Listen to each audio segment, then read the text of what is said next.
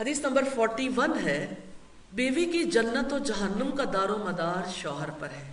عن حسین بن محسن عن امت له یقال اسمها اسماء انها دخلت على رسول اللہ صلی اللہ علیہ وسلم لبعض الحاجة فقضى حاجتها فقال لها رسول اللہ صلی اللہ علیہ وسلم اذات زوج انت؟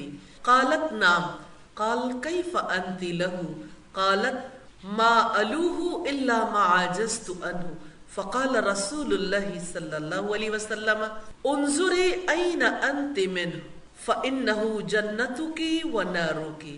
حسین بن محسن اپنی پھوپھی جس کا نام اسما بتایا جاتا ہے ان سے روایت کرتے ہیں کہ وہ نبی کریم صلی اللہ علیہ وسلم کے پاس کسی کام کے لیے گئی۔ آپ نے ان کا کام کیا اور پوچھا کیا تو شادی شدہ ہے؟ انہوں نے کہا جی ہاں۔ آپ نے پوچھا تیرا اپنے شوہر کے ساتھ کیا سلوک ہے؟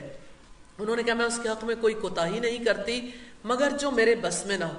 رسول اللہ صلی اللہ علیہ وسلم نے فرمایا دیکھ لے تیرا اس کے ہاں کیا مقام ہے، کیونکہ وہی تیری جنت اور وہی تیری جہنم ہے۔ شوہر کی اطاعت فرض ہے، بیوی کی کامیابی اور ناکامی کا دار و مدار شوہر کی رضا اور ناراضگی میں ہے۔